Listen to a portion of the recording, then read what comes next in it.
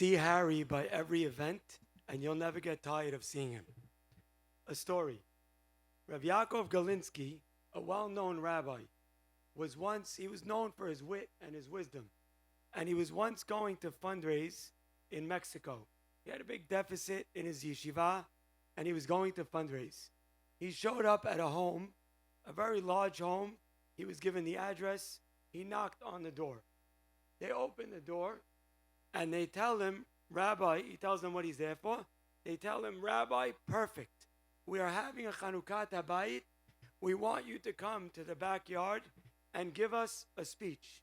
He wasn't prepared, so he's walking in the backyard, and he's thinking what he's going to speak about, and suddenly he falls into the pool.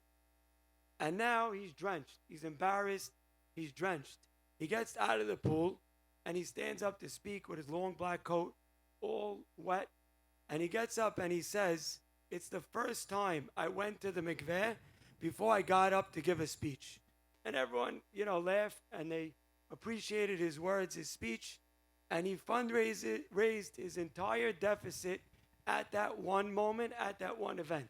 And he commented after, he said, usually I get small embarrassments and small amounts of money. I go to an office, they ask me questions I don't want to answer. I get a little embarrassed. They degrade me a little bit, and I get small amounts of money. He said, now this time, I got a large embarrassment, but I got all the money I needed in this one moment. And that's really, if you think about it, that's the way fundraising is for many organizations. You get embarrassed, you go to offices, you feel uncomfortable, you have to sell your cause. People are not really buying it. But I think for us at Mekudeshet, the fundraising was in fact a relief. We didn't really feel what we were expecting to feel, and what we were nervous we would hear from people.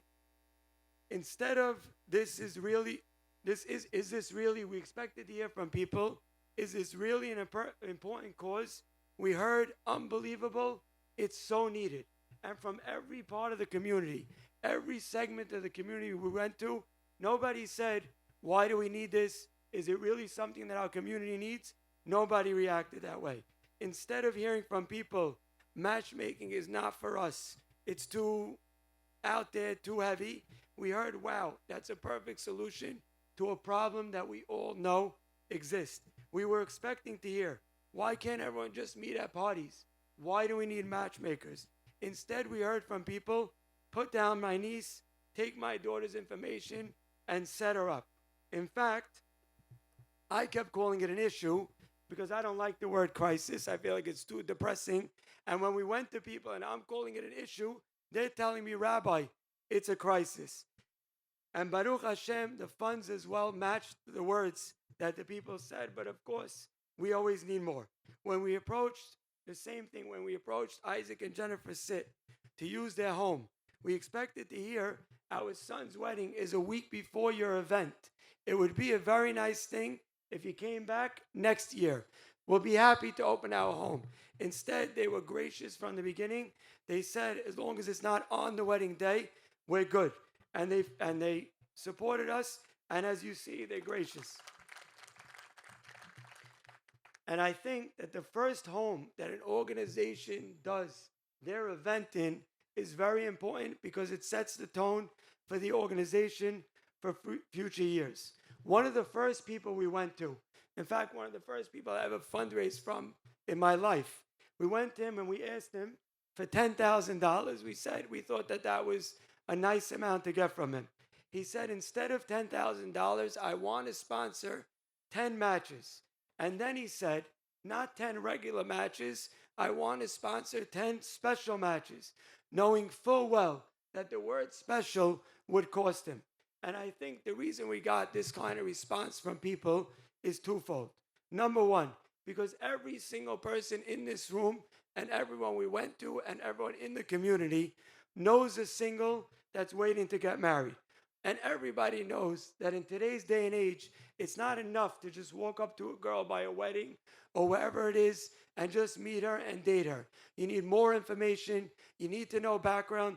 The world is too complicated for the old way. If it works for you here and there, great. But in the general sense, I think more information is better. And secondly, it reiterated to me something that my father impressed on me, and that is that this community is not just a good community, it's a great community. Because in a good community, you would see a boy or a girl at a wedding and say to yourself, I wish I had someone for them. And then you would go on your way and you'd forget about them. But in a great community, you'd put their name onto our database and you would follow up and hound us. Do you have someone for that person? Do you have someone for that person? And that's our community. In a regular community, a person would see a boy who needs a little push, a little encouragement. Maybe they would go over to them and push them, maybe even bother them. But in our community, in an unbelievable community like ours, they would fund coaching for that boy through our Mekudeshet, through our organization.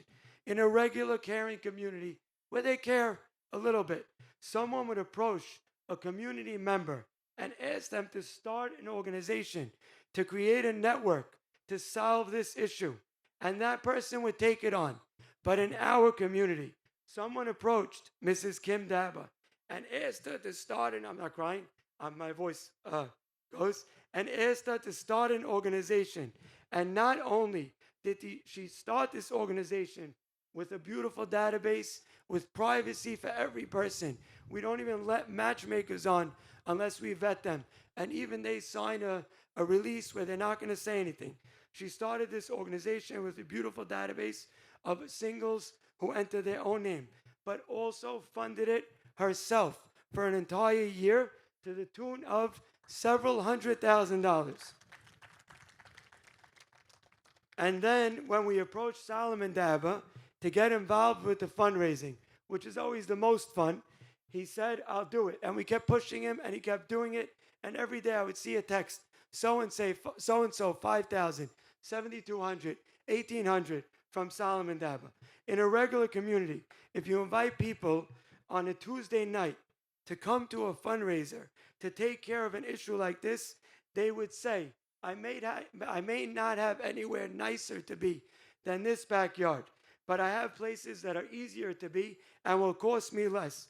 But look at all of you who came out on a night like this to support Mekudeshet. Many of you already have your children married. Why did you come out? Because you're all amazing. Because our community feels that with Hashem's help, no one should remain single just because we didn't put in enough effort. And no one should sit at home wondering when the phone will ring because no one cared enough.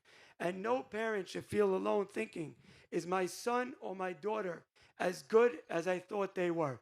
And that's how parents feel when they don't get that phone call that they were expecting. I want to end with a piece of a tefillah as a beracha that Rabbi Yaakov Hillel wrote special for our organization, for Mekudeshet. And I think what other organization can say that they have their own tefillah. He said in his tefillah, it should be Hashem's will that he should find for all the singles of the Jewish people their proper match easily, because with that a person becomes complete and they can serve Hashem with happiness and they can build a home with holiness and purity.